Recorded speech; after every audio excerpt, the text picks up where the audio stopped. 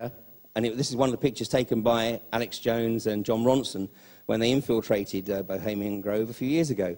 And of course, I mean, as Andy said, you know, this is just a ritual because they don't sacrifice children anymore. Really?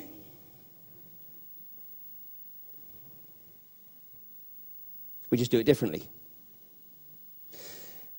Why do you think Tony Blair has never yet sanctified the name of any fallen British soldier in Parliament? Because to do so would acknowledge the tragedy of that death. But this is just sacrifice. And it will continue until such time as, you know, they really run out of troops. Which, by the way, slight aside, is why there are big moves in the US to unite Canada, the US and Mexico and establish the North American Union. One, because the dollar's tanking and going in the toilet. Great opportunity to wipe out the $10 trillion American debt, because if the dollar's worth nothing, 10 trillion nothings is not a great deal. So great way to wipe out the debt. But, and they'll introduce the Amero. The Amero. But there's a much deeper objective than just that. The objective is to bring Mexico into the Union so that the US military can bring the Mexicans into the US Army. And of course, what will happen is, you know, with the US, like the UK, with a falling birth rate, then the Mexican, with a rising birth rate, being a staunchly Catholic country, they will have another ready resource. I mean, Britain's done it before with the Gurkhas and with the Fijians on a smaller scale. Here is the opportunity for the US to tap into potentially an unlimited source of cannon fodder. 9/11. Wonderful theatre, absolutely wonderful theatre. But it still fooled the vast majority of the world. All we can ask, those people who have been part of the 9/11 Truth Movement for a number of years and those people who can continue to come into the 9/11 Truth Movement, all we can do is try to continue to point out that the physical evidence that is in the public domain does not in any way, shape or form support the official version of events. And to get people to take a look at it for themselves and come to their own conclusion. But it was the unique opportunity, obviously, for PNAC, the Project for New American Century, to launch their objective of attacking Afghanistan and Iraq. And of course, we know that these plans were drawn up a long time before 9/11.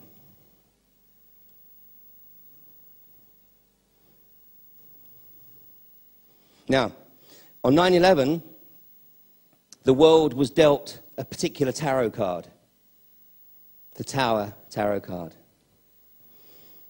the 16th card in the major arcana.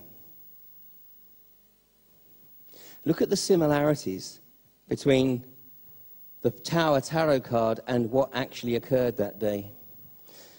The crown being blown off here, the top of the tower being blown, toppling, and then into dust. We have the falling man falling here. We have the blast of fire here, and even the foundations here looking very similar to what is at the bottom. Very significant. By chance? Or does somebody know what they're doing? What does the Tower Tarot card mean? If somebody draws the Tower Tarot card, it indicates that they're about to go through a very, very dramatic change in their life experience. It's the sort of card that somebody would draw, you know, when they're about to go through a sort of major upheaval in their marriage or their work environment, or, you know, perhaps about to go through the proverbial midlife crisis, which of course is the midlife opportunity reality, but still demonized as the midlife crisis. So it's a dramatic change, calling for a change to your way of life, to your belief system, to your whole worldview, to actually start to take an objective look at all the bullshit that you've been taught previously. It introduces the process of metanoia, which is actually a subject I talked about here 4 years ago. Metanoia. Metanoia is the Greek word that was mistranslated in the King James Version of the Bible, and it was translated to repentance. Metanoia does not mean repentance at all. It means changing your way of life, changing your worldview.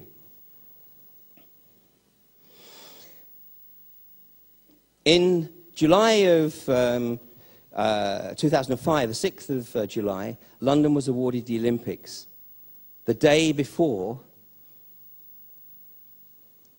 a very significant event.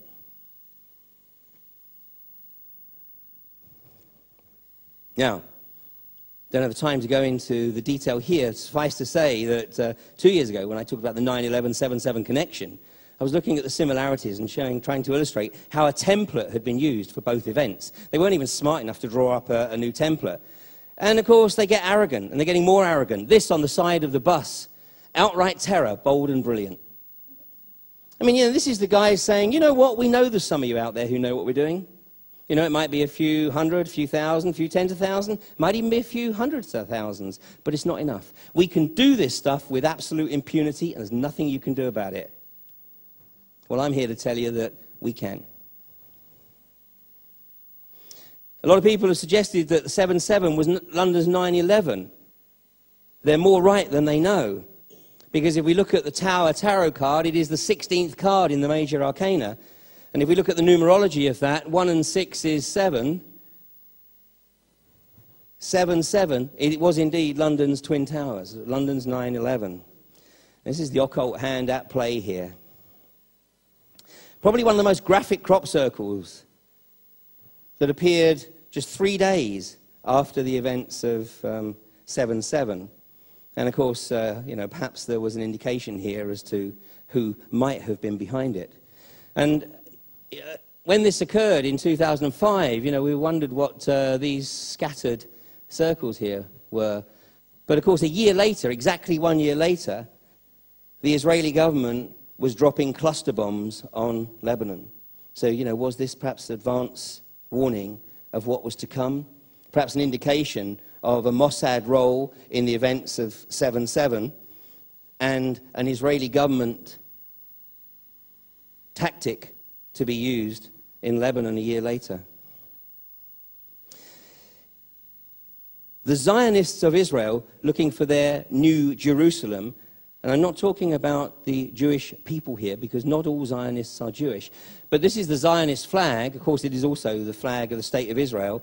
It is one of only 2 flags in the world that clearly states the territorial objectives of the political regime. And by the way, have you ever wondered why these are the same basic colors? Yeah? This is Zionism. This is the Penguin English Dictionary definition of Zionism, a political and military movement which established the independent state of Israel. The flag with the 2 blue bars was to state that the desire was to establish the greater Israel, i.e. between the 2 rivers of the Nile and the Euphrates. Funnily enough, there's a few other countries that have something to say about that. Just a quick reference here to the Balfour Treaty, because one of the major points of the Balfour Treaty is only 117 words, and this was, of course, Britain's commitment to do everything it could to help the international Zionists establish Israel as a Jewish homeland. But part of it said, it being clearly understood that nothing shall be done which may prejudice civil and religious rights of existing non-Jewish communities in Palestine, or the rights and political status enjoyed by Jews in any other country. Well, somehow they don't seem to have honoured that part of the obligation. This is the West Bank. This is now the ghettos, the concentration camps that have been established by the Israeli government to keep the Palestinians there under control. Isn't it ironic that the Israeli government should be building these mass concentration camps? And of course, they're keeping the Palestinians from any access to fresh water. And as Paulden was saying, I share his opinion that the vast majority of people in the Middle East do not want this conflict to continue. I do believe that the vast majority of Arab peoples in the Middle East are quite ready to accept that there will be a permanent Jewish homeland in the Middle East. What they're not prepared to accept is the behavior of the Israeli government. And this is absurd. It's also obscene.